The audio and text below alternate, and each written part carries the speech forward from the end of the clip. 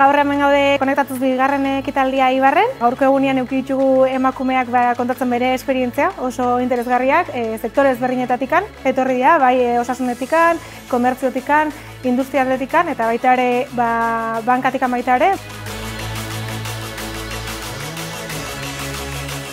Emakumeok erronka izugarria daukagu, emakumeok eta gizarteak berak gure dagokigun lekua hartzeko eta hor bakoitzak bere rola bete beharko du, erakundeok baldintzak sortu behar ditugu eta gero ere espazioak okupatu eta batipat elkarri lagundu. Eta hor, Azpegiren lana elkar konektatzearena benetan oso importantea da. Bide honetatik jarraitu behar dugu, erronka horri erantzun egoki bat emateko.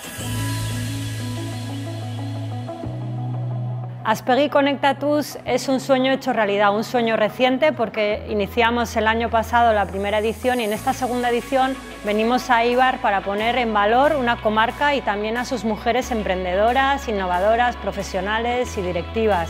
Mujeres que se conectan con el resto del territorio y conectamos entre sí poniendo en valor esa riqueza que como mujeres con nuestro talento también podemos aportar.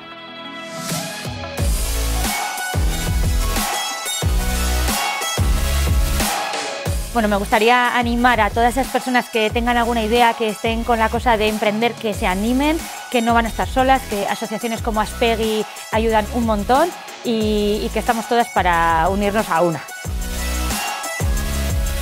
Egia esan da ez genuken oso garbi, guretako berria izan da horrelako partaidetza bat egitea, bulegoetatik askotan ez gara ateratzen horrelako gauzak egitera, eta ikusi duten ilusioa eta negozioak ze gogoekin jartzen diran, azkenean horrek bultzatzen daizu jarraitzera gure aldetikan finantzazioak eta emate ditugunean, eraztertze ditugunean goxotasun eta ilusio berdinakin lan egitea ere bai, ez? Eskerrik asko hemen gerturatu dian guzti hori, niretzako izan da momentu hunkigarria, nire familia ere eibartarra da, eta orduan, hainbeste jende etortzea eta horlako konexioa aurkitzea oso polita izan da.